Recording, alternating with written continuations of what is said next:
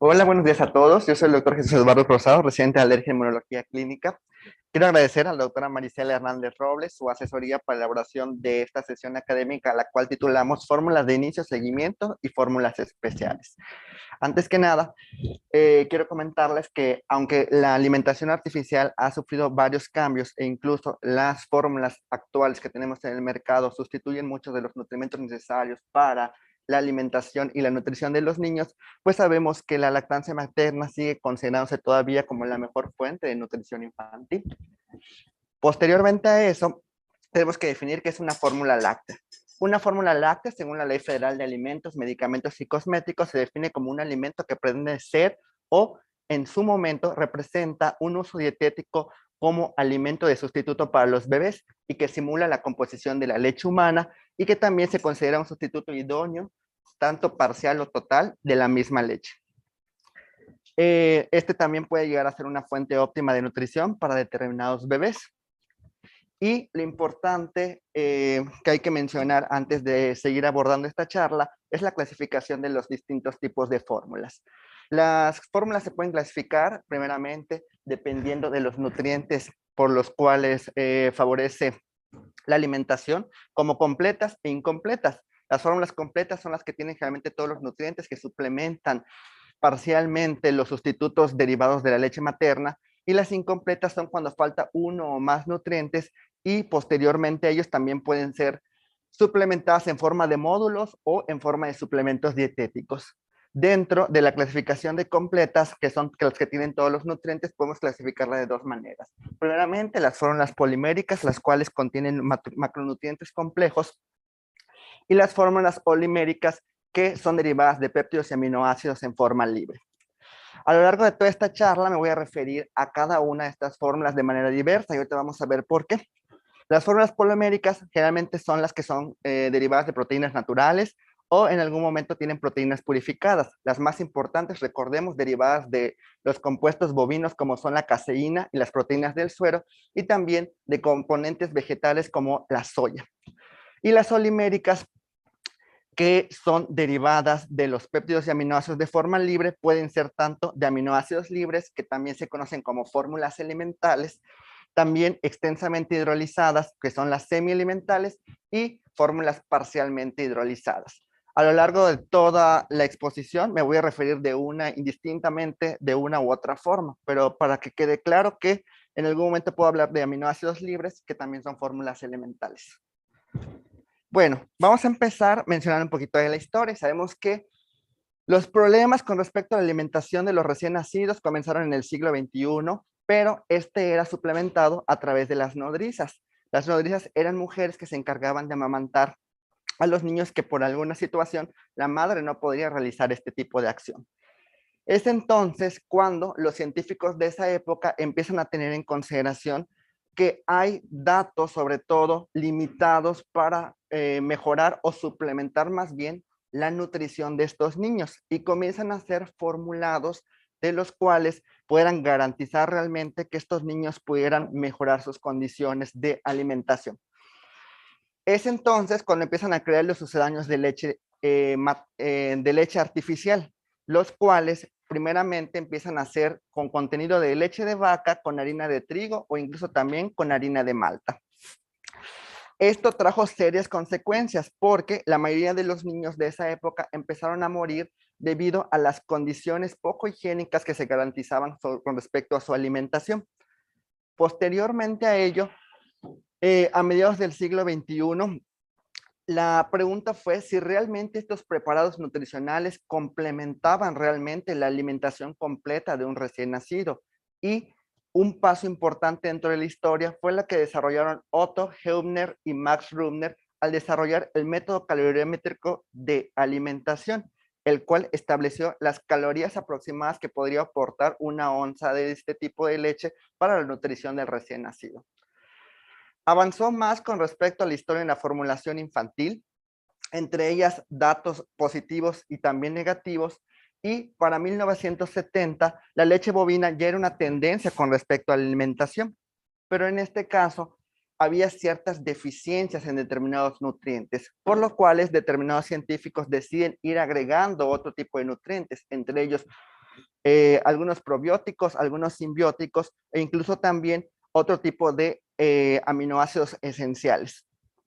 Pero este tipo de agregación de otros nutrientes se reforma hasta 1980 cuando se publica el primer código alimentario, el cual contenía las directrices de al menos los nutrientes básicos que debía contener las fórmulas artificiales. Entonces, como introducción tenemos que la leche materna es el alimento estándar que va a brindar la nutrición suficiente para el neonato en desarrollo. Y las propiedades de la lactancia materna van a ser primeramente la programación tanto del microbioma como también el desarrollo adecuado de un sistema inmunológico óptimo y en su momento la protección contra enfermedades. Podemos ver en la figura lateral que hay varios componentes que son similares a las fórmulas artificiales, pero aún así la lactancia materna tiene otros componentes que pueden ayudar a potencializar estas propiedades. ¿Qué factores van a influir para que se dé adecuadamente una alimentación alterno-materno? Son diferentes, entre ellos los principales van a ser factores sociales, psicológicos, ambientales, pero también factores emocionales por parte de la madre. Se sabe, según estudios que ha realizado la Organización Mundial de la Salud en 2017, que la tasa general de lactancia materna es aproximadamente el 40% en 194 países que fueron estudiados. Y su incidencia es diferente dependiendo del país y también va a depender de la duración de que las madres deciden dar lactancia materna. Y todo debido a los factores anteriormente mencionados. Por ejemplo, en Europa y Australia, según este estudio, se tiene una alta tasa entre un 91 y un 97% de mujeres que deciden empezar a amamantar y posteriormente continúan al menos 6 meses la lactancia. En segundo lugar está Canadá con 69-83% y entre las tasas más bajas también pueden encontrarse Estados Unidos entre un 27 y un 69%. En nuestro país, según los estudios más recientes, al menos 1 de cada 10 mujeres decide iniciar a amamantar a su hijo y prolongarlo al menos durante 6 meses. Pero también es importante mencionar que hay diferencias, sobre todo en la composición de la leche de los mamíferos. En primer lugar, generalmente la mayoría de las fórmulas que se han desarrollado intenta simular la cantidad de energía o régimen calórico necesario para poder tener un desarrollo adecuado nutricional en el recién nacido. Y podemos observar en la parte superior de la tabla que mantiene los mismos parámetros de energía entre la comparación con la leche humana, la leche bovina y la leche de cabra. Lo que sí difiere y que es muy importante que tengamos en consideración es la cantidad de proteínas. Y esto viene a colación por el hecho de que muchas veces puede incluso aumentar la sensibilidad y ser un factor predisponente para el desarrollo de otro tipo de alergias. Este estudio me llamó mucho la atención porque además de los factores extrínsecos a los cuales puede verse un recién nacido, también pueden encontrarse incluso factores intrínsecos. Y entre ellos los más importantes son sus cambios en la microbiota intestinal, sobre todo en los primeros 1000 días del recién nacido vivo. En este estudio se evaluaron 3 grupos. El primero recibió seno materno y otros 2 grupos de a 30 pacientes recibieron fórmula de tipo A y fórmula de tipo B. En la evaluación de la composición, la mayoría de los grupos obtuvo cifras de incidencia elevadas, sobre todo en el Bifidobacterium y en el Enterobacteria, y se fueron analizados posteriormente a los 40 días, y los pacientes que recibieron seno materno persistieron todavía con predominio de bifidobacterias y también de bacteroides más altos. Pero a lo largo del tiempo en este estudio, que tardó al menos más de 6 meses, se encontró que la microbiota intestinal cambiaba también en los pacientes que eran alimentados con fórmula versus el seno materno. Y demostraron que los pacientes que eran alimentados con fórmula tenían índices más bajos de streptococos y enterococos con respecto al seno materno. Entonces, ¿cuál fue la conclusión de este estudio? Que se encontró diferencia significativa entre los lactantes que eran alimentados tanto a seno materno como a fórmulas diversas y que incluso esta microbiota cambiaba a lo largo de toda su alimentación. Si hablamos de las fórmulas lácteas especiales, estas van a ser diseñadas de acuerdo a varias directrices internacionales y entre ellas las más importantes van a ser la del Comité de Nutrición de Gastroenterología, Patología y Nutrición Pediátrica, el ESPAGAN y también la Academia Americana de Pediatría como las más importantes. Estas fórmulas generalmente se han adaptado o han sido modificadas dependiendo de sus principios inmediatos para tanto la composición de proteínas como también de carbohidratos. Las más importantes van a ser las fórmulas sin lactosa, las fórmulas derivadas de la proteína de soya, fórmulas de hidrolizados proteicos, entre ellas podemos encontrar las fórmulas hipoalergénicas, hipoantigénicas, e incluso las fórmulas elementales y las monoméricas, y también las fórmulas antiestreñimiento o anticólico. Vamos a mencionar cada una de ellas y desglosar cuáles son sus principales propiedades. Las fórmulas sin lactosa, estas sustituyen la lactosa parcial o totalmente, que va a ser el carbohidrato que tiene un problema con respecto a su absorción, y suelen ser sustituidas con maltodextrina o con polímeros de glucosa. El resto de la composición de esta fórmula continúa de manera igual a las que ya están adaptadas previamente. Entonces, las fórmulas sin lactosas, ¿por qué son importantes? Porque la lactosa va a ser el principal carbohidrato que va a necesitar la leche para descomponer realmente en dos principios muy importantes a través de la enzima lactasa. Entonces va a descomponer este carbohidrato más complejo en glucosa y en galactosa. Y la galactosa sobre todo va a ser fundamental para la composición de otras estructuras como son los galactocerebrósidos que se desarrollan en el sistema central, y la glucosa va a servir sobre todo para la acumulación de la formación de glucógeno hepático. Estas fórmulas que tienen lactosa generalmente son exclusivas o son recomendadas en pacientes que en algún momento han tenido algún síntoma con respecto a la intolerancia a este tipo de azúcar. Las fórmulas sin lactosas generalmente son recomendadas también en otro tipo de situaciones especiales, como son las gastroenteritis infecciosas, y en niños más grandes también pueden ser recomendadas cuando tienen algún tipo de déficit primario de lactasa. Generalmente el tiempo en el cual suelen recomendarse son entre 2 y 3 semanas, debido a que el déficit de lactasa suele ser transitorio y también desempeña una función muy importante en la absorción tanto del calcio intestinal y la obtención de masa ósea y formación de flora acidófila tanto en el colon. Y lo importante también que mencionaba este artículo era el hecho de que no son fórmulas que puedan recomendarse de manera extensiva. ¿Por qué? Porque si vemos en la comparación de estos nutrientes, tienen ciertas deficiencias como sobre todo ausencia de vitaminas y también de hierro. Otra de las fórmulas especiales va a ser la fórmula de soya. La fórmula de soya generalmente se utiliza en lactantes que tienen ciertos requerimientos especiales, y las indicaciones para su uso van a depender sobre todo de la alergenicidad a esta, de su seguridad y también de su eficacia. Generalmente las fórmulas de soya tienen aproximadamente un 40% de proteínas, están constituidas por un 35% de carbohidratos, y entre ellas también hay un 20% de grasa y un 5% de minerales. Las características de las fórmulas de soya es que estas van a estar libres de la proteína de la leche de vaca y también de lactosa, y proporcionan aproximadamente un régimen calórico de 67 kilocalorías por decilitro. Sus indicaciones no están completamente precisas. Muchas veces, dependiendo de los artículos que se revisen, pueden llegar a considerarse controvertidas o incluso confusas, pero las que se han demostrado realmente para suplementar con una fórmula de soya van a ser la galactosemia y la deficiencia primaria también de lactasa. Hay estudios que incluso han evaluado la efectividad de las fórmulas de soya para la alergia a la proteína leche de vaca, pero no muestran realmente mejoría con respecto a otro tipo de fórmulas, aunque pudieran ser una alternativa.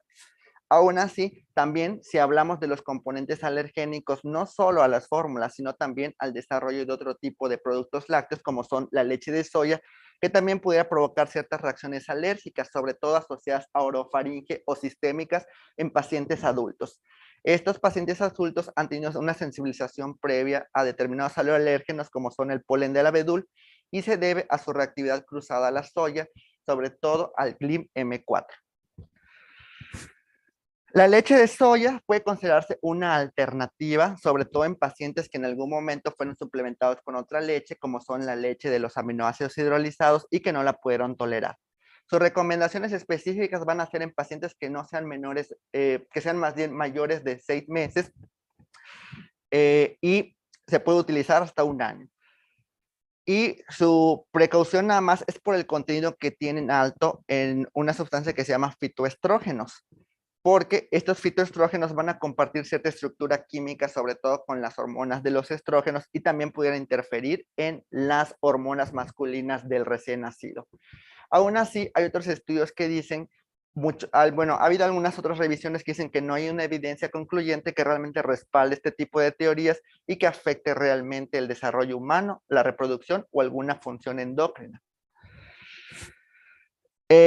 Cuando hay algún tipo de sospecha a la alergia, sobre todo a la leche de soya, también se debería documentar alguna otra tipo de alergia, alguna leguminosa por el cual pudiera estar asociado. Y existen ciertos reportes, sobre todo europeos, donde se registra que aproximadamente 2/3 de los pacientes que son alérgicos a la leche de soya también pudieran serlo al cacahuate. Ya sabemos que también entre las leguminosas más importantes que los pacientes hacen alergia al cacahuate pudieran haber cierta importancia con respecto a otras leguminosas, entre ellas las habas, las lentejas, la soya, los frijoles y los chícharos. Pero a pesar de ello, la reactividad no es tan significativa como para considerar que nosotros hagamos una restricción empírica hacia las diferentes legumbres a las cuales pudiera estar relacionado el cacahuate. Con respecto a la misma alergia a la fórmula de soya, se ha reportado realmente que la sensibilización sin reactividad a la leche de soya existe en aproximadamente un 17% de los individuos que tienen alergia a la proteína de leche de vaca.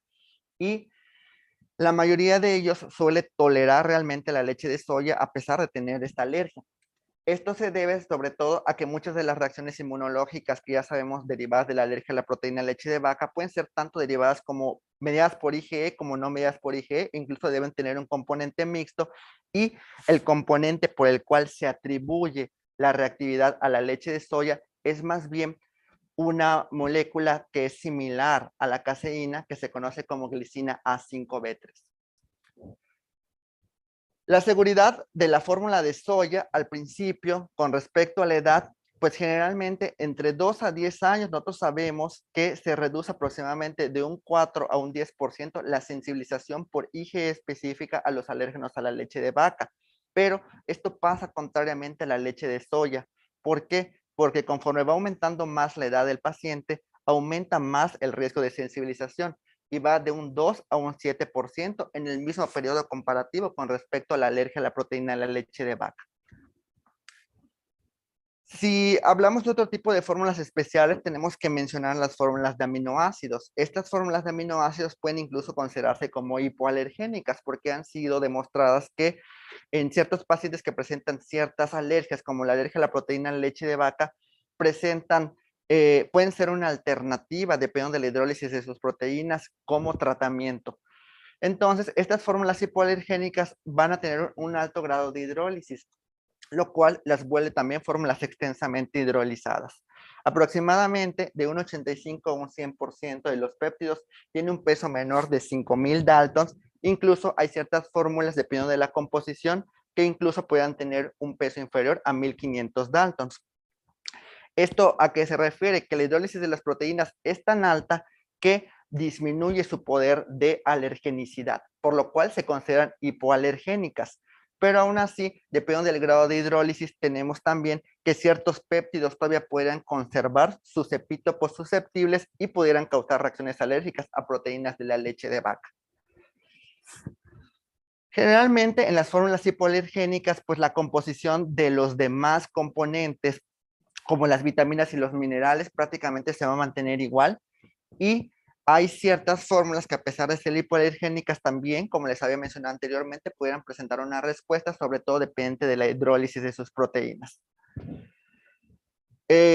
Este tipo de fórmulas de hidrolizados proteicos van a ser fórmulas que han sufrido un proceso de predigestión, o sea, un proceso de hidrólisis enzimática. También tienen un tratamiento térmico para desnaturalización de sus mismas proteínas y un tratamiento de ultrafiltración.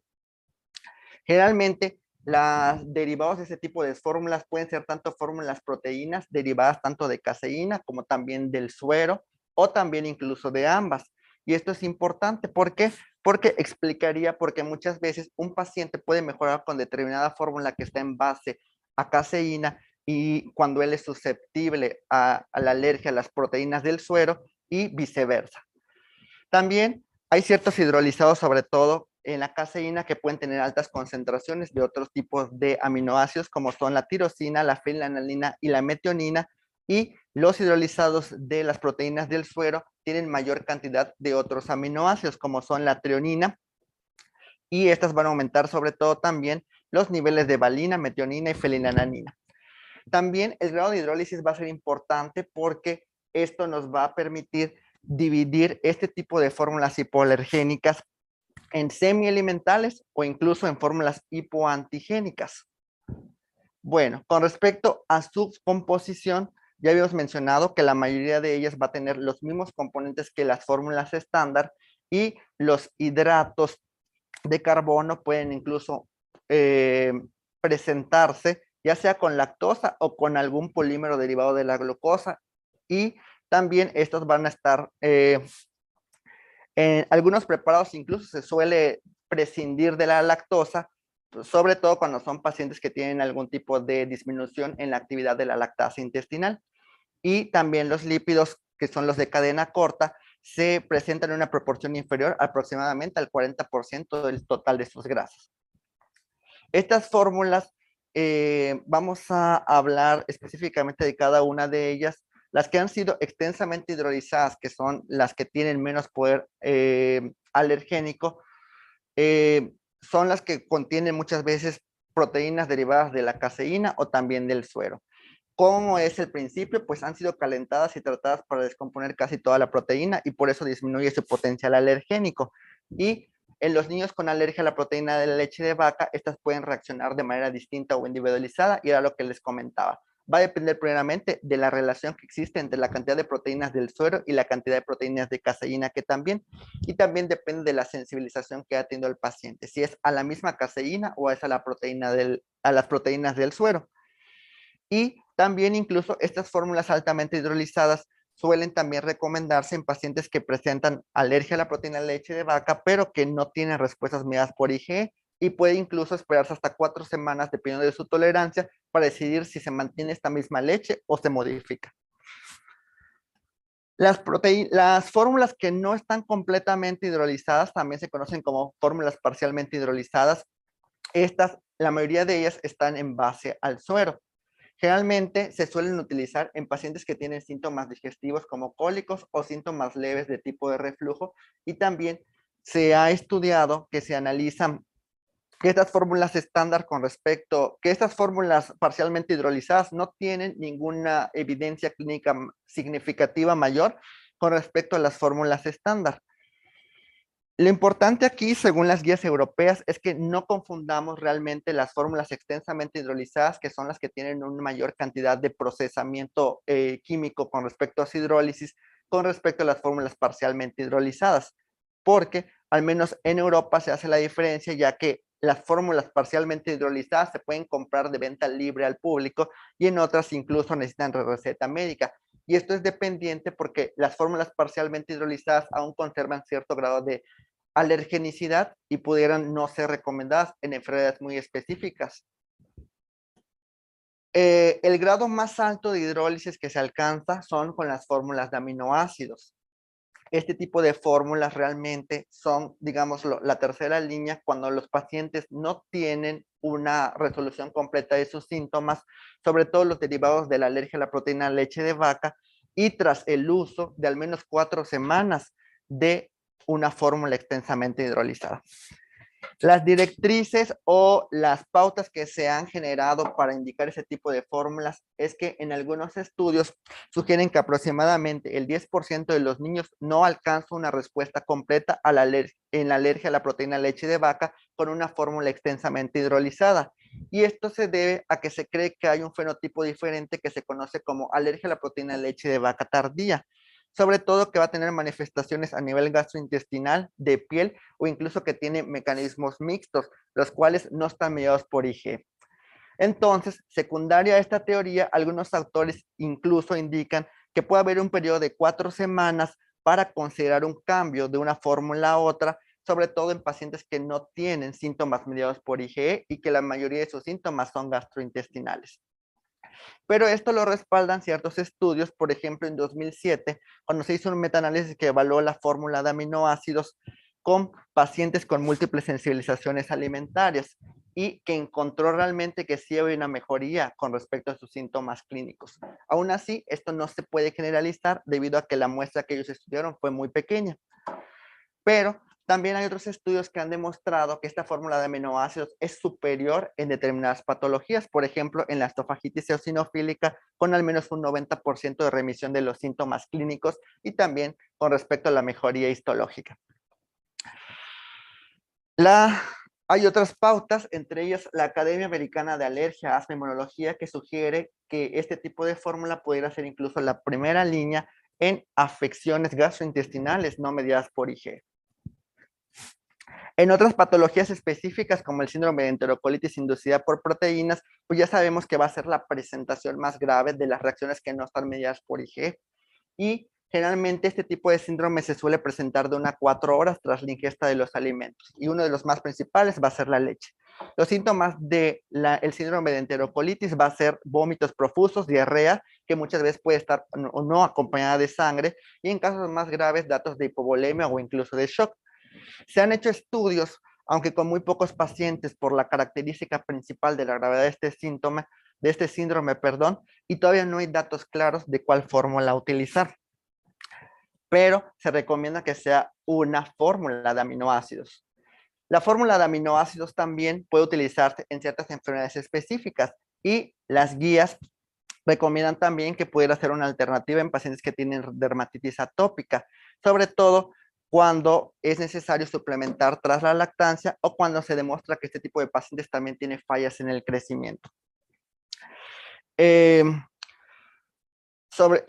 Cuando incluso también hay activación de la enfermedad a pesar del uso de fórmulas extensamente hidrolizadas y de que el paciente tenga adecuados cuidados de la piel, la fórmula de aminoácidos pudiera ser una alternativa. Entonces, según las guías, la guía americana usa o recomienda las fórmulas extensamente hidrolizadas como primera línea y en caso de que no haya una mejoría después de las 4 semanas de su evaluación, podremos cambiar a una fórmula de aminoácidos. La fórmula europea usa la fórmula de aminoácidos como primera línea en lactantes con dermatitis atópica grave. Dentro de las ventajas y las desventajas de esta fórmula de aminoácidos es que ya sabemos que no tiene proteínas residuales y se descomponen por completo en los aminoácidos esenciales. Y una de las desventajas sería el alto valor monetario que tienen estas fórmulas, que no son tan apetecibles para los recién nacidos y que también no se utilizan como primera línea en los pacientes que tienen APLV menos grave. Y las desventajas, pues también en contexto serían el mal sabor y el costo. De las otras fórmulas importantes que tenemos que hablar es sobre todo de la leche de cabra. La leche de cabra tiene ciertas propiedades importantes, entre ellas sus funciones gastrointestinales. Se han hecho estudios en los cuales se ha demostrado que reduce el dolor abdominal, también la distensión y la diarrea. Generan un vaciado más rápido del estómago. Esto es por las proteínas derivadas de la misma leche. Y sus oligosacáridos van a disminuir ciertas respuestas inflamatorias intestinales. También ha habido estudios, no tanto en seres humanos, sino sobre todo en roedores, que analizaron el microbioma y que disminuyeron, y se impidió una adhesión patológica de E. coli y de Salmonella a las células CACO2, y también sus oligosacáridos mejoraron sobre todo la absorción de bacterias comensales sanas como las bifidobacterias. La leche de cabra también tiene propiedades sobre todo con la absorción de determinados minerales. Entre ellas, estudios que dicen que en roedores aumentó la absorción tanto de minerales como el calcio, fósforo, hierro, zinc, con respecto o en comparación con la leche de vaca, y también en pacientes que tuvieron anemia, mejoró sobre todo la eficacia en la regeneración de la hemoglobina. Si nosotros comparamos incluso esta tabla muestra la cantidad de reacciones alérgicas que se ha presentado en niños atribuible tanto a la leche de vaca como a la leche de cabra. Y se tiene que la leche de cabra, la incidencia es menos. Comparándolo, en esos 3 estudios se reportaron incidencias de 4%, 0.3 o incluso menos de 0.7% con respecto a la leche de vaca en 22, 8.3 e incluso 28.4%. ¿Y esto a qué se debe? A que muchas veces el riesgo de desarrollo a mayor edad es por el retardo en la exposición. Tanto puede ser a la misma leche o a otros productos derivados como son también el queso. Generalmente, la alergia a la leche de cabra puede incluso documentarse, según lo reportó en este estudio, en una edad promedio de 5 a 6 años por el mismo retraso a la exposición. Pero también sabemos que en niños sensibilizados a la leche de vaca también puede haber una reacción cruzada a la leche de cabra, y esto puede presentarse entre un 75 y un 90%. Y la respuesta alérgica es diferente. Según el estudio de Bellioni en 1999, sugiere que aproximadamente se requieren 5 veces más la exposición a la leche de cabra para inducir una alergia versus a la leche de vaca. Y la propuesta que genera esta hipótesis es que la leche de cabra tiene concentraciones más bajas de alfa S1 caseína, que es uno de los alérgenos importantes en este tipo de reacción. Entre las fórmulas más importantes, bueno, pasando a otro tipo de fórmulas específicas o más bien especiales, la fórmula de los prematuros también es una fórmula que tiene ciertas características individuales, y esto se debe a que los prematuros tienen mayores necesidades nutricionales para lograr un crecimiento óptimo, y son en general varias situaciones fisiopatológicas que interfieren en la ganancia de este peso. Entre ellas que tienen ciertas reservas nutricionales más pequeñas en comparación con los bebés que nacieron de término, y también tienen un sistema gastrointestinal más inmaduro, lo cual se caracteriza por disminución en su motilidad y también la disminución o la reducción de la actividad enzimática intestinal. Este tipo de alteraciones o condiciones médicas también va a aumentar los requerimientos nutricionales y de energía metabólica de este tipo de pacientes, y la característica de las fórmulas de prematuros va a ser que tienen mayores cantidades de calorías, también tienen mayores cantidades de proteínas, de vitaminas y de minerales con respecto a una fórmula láctea normal. Generalmente en este tipo de fórmulas, debido a las condiciones clínicas que tiene este tipo de pacientes, sobre todo la baja actividad de la lactasa, este tipo de carbohidrato, sobre todo el de la lactosa, se va a aportar de manera disminuida debido a que su digestión no va a ser tan fácil y que incluso puede aumentar la osmolaridad intestinal y provocar diarrea en este tipo de pacientes. En las fórmulas para prematuros, generalmente la proporción que suele haber con respecto al suero de la leche y la caseína puede incluso aumentar de 60 a 40, y generalmente suele ser muy similar al de la leche materna, sobre todo para promover una mejor digestión y una mejor absorción de este tipo de fórmula. Y las proteínas que tienen este tipo de fórmulas se requieren sobre todo en mayores cantidades de aminoácidos para garantizar un adecuado desarrollo y una adecuada nutrición. Este tipo de fórmulas va a contener ciertos aminoácidos importantes, entre ellos la cisteína y la taurina, que generalmente van a ser muy importantes, sobre todo en los bebés prematuros. Otra de las características principales de este tipo de población específica va a ser que al menos la secreción de la lipasa en el páncreas y su producción y secreción también de los ácidos biliares que descomponen determinados alimentos va a ser baja. Entonces, este tipo de fórmulas requiere de ciertas grasas, de cadena media para absorberse de manera fácil, y va a representar también este tipo de ácidos grasos de entre un 20 a un 50% del total de las grasas que puede aportar este tipo de fórmulas. A pesar de ello, pues, a pesar de que los ácidos grasos de cadena media sean los principales, los ácidos grasos de cadena larga van a tener un contenido más bajo, y este tipo de fórmulas va a requerir sobre todo también de ácidos grasos derivados de aceites vegetales para aumentar tanto la absorción de lípidos y también aumentar también el contenido de un elemento importante que es el beta palmitato, que también abunda en la leche materna.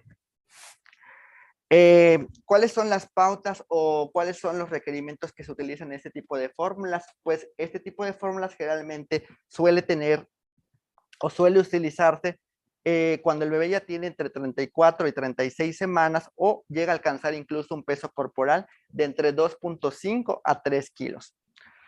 Después de esto, la fórmula se puede sustituir por leche materna o incluso por una fórmula láctea estándar. Pero, sin embargo, hay determinadas guías que recomiendan prolongar el uso de este tipo de fórmulas en pacientes que tienen ciertas características importantes, sobre todo en los cuales no es suficiente la cantidad de lactancia, también en los pacientes en los que tuvieron una edad gestacional muy por debajo de la considerada para prematurez, pacientes que incluso tienen retraso en el crecimiento intrauterino o requieren de más nutrición, de más aportes nutricionales, y en los cuales también la tasa de crecimiento postnatal va alterada o pacientes que en algún momento tuvieron alguna complicación durante el nacimiento. Dentro de las fórmulas especiales también es necesario mencionar a la fórmula de arroz. La fórmula de arroz es una fórmula infantil hidrolizada que generalmente está disponible en el comercio en los últimos 30 años y está en base, pues su característica principal es que está en base al mismo arroz. Generalmente este tipo de fórmulas no se comercializa en varias partes del mundo y varía realmente su comercialización. Por ejemplo, los datos de ventas en Francia indican que aproximadamente la fórmula de arroz representa un 5%, sobre todo en niños que la consumen de 0 a 3 años en el 2018. Pero hay incluso otros países, los derivados sobre todo de Asia, que tienen mayor prevalencia en el uso de fórmula de arroz. Hay estudios, entre ellos un estudio español que mejoró o que contribuyó a documentar eficacia y seguridad al uso de esta fórmula y que incluso la consideran más eficaz que la fórmula de soya y también la han comparado con hidrolizados de caseína, sobre todo en pacientes que tienen alergia a la proteína de leche de vaca. Pero aún así, los estudios para documentar o para recomendar una fórmula de arroz en primera línea siguen siendo limitados. Esto se debe a que hay ciertos estudios que sugieren que el alto contenido de arsénico en los productos de arroz, en las bebidas y en los cereales pudiera ser objeto sobre todo de toxicidad en el uso de este tipo de fórmulas, por lo cual la FDA arrojó una advertencia y también un documento que fue asesorado por el Comité de Nutrición del SPAGAM. A pesar de ello, se hicieron otros estudios posteriormente y se documentó también que el contenido de arsénico era muy bajo para considerarlo realmente como tóxico y que realmente no difiere del contenido de arsénico que se encuentra tanto en una fórmula infantil como en una fórmula derivada de la proteína de la leche de vaca. Y ya para 1210, las pautas de las guías Dragma sugieren que la fórmula de arroz podría ser una alternativa adecuada, sobre todo de la disponibilidad que haya a nivel local y cuando no se toleran ciertas fórmulas, entre ellas las fórmulas extensamente hidrolizadas o las proteínas de soya, colocándola en una tercera línea de un régimen terapéutico. Generalmente este tipo de fórmulas de arroz suelen ser efectivas en el tratamiento de los pacientes que tienen alergia a la proteína leche de vaca, sobre todo cuando no hay leche materna disponible y también cuando no se aceptan otras fórmulas como las extensamente hidrolizadas debido al mal sabor que tienen, a que no pueden ser asequibles por el costo y que en determinados pacientes no fueron eficaces tras el uso terapéutico. Generalmente no hay tantos problemas de seguridad como lo habíamos comentado, a pesar del contenido de arsénico. Hay otros estudios que indican que tienen la misma cantidad en otro tipo de leches y que están entre los límites de seguridad establecidos por la Organización Mundial de la Salud. Y a pesar de ello, hay ciertos estudios que las recomiendan, pero hay otros estudios que no consideran que sea tan preferible o que se pueda sustituir con respecto a una fórmula extensamente hidrolizada o una fórmula de soya. Bueno, por último, generalmente las fórmulas van a ser un complemento en situaciones especiales y particulares y suelen ser un auxiliar alimentario a pesar de su similitud con la lactancia materna, no deben de verse como un sustituto inicial, sino como un tratamiento complementario. Los cambios en los esquemas de las fórmulas deben de darse al menos con una diferencia de al menos 4 semanas y todo va a depender de la evaluación de los síntomas de cada uno de los pacientes y también un diagnóstico adecuado, que es lo que nos toca hacer a nosotros con respecto a la alergia a la proteína de leche de vaca, puede incluso mediar o dirigir la elección correcta de las estrategias terapéuticas a utilizar, dependiendo tanto de las características clínicas como también de los síntomas de cada uno de los pacientes. Por mi parte es todo. Les agradezco mucho su atención.